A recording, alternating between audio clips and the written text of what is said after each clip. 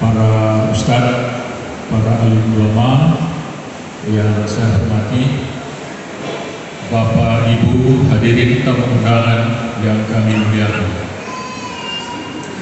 Penghormatan dan penghargaan dan merupakan kebahagiaan bagi kami sebagai orang tua.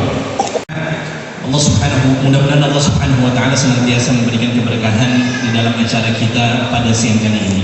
Ala hadhihi niyyah wa ala kulli niyatin salihah. Al-Fatihah. A'udzu billahi minasyaitonir rajim. Bismillahirrahmanirrahim. Alhamdulillah. Untuk kita ucapkan kepada mereka berdua kecuali hanya doa yang sebagaimana telah diajarkan oleh Rasulullah SAW. Mari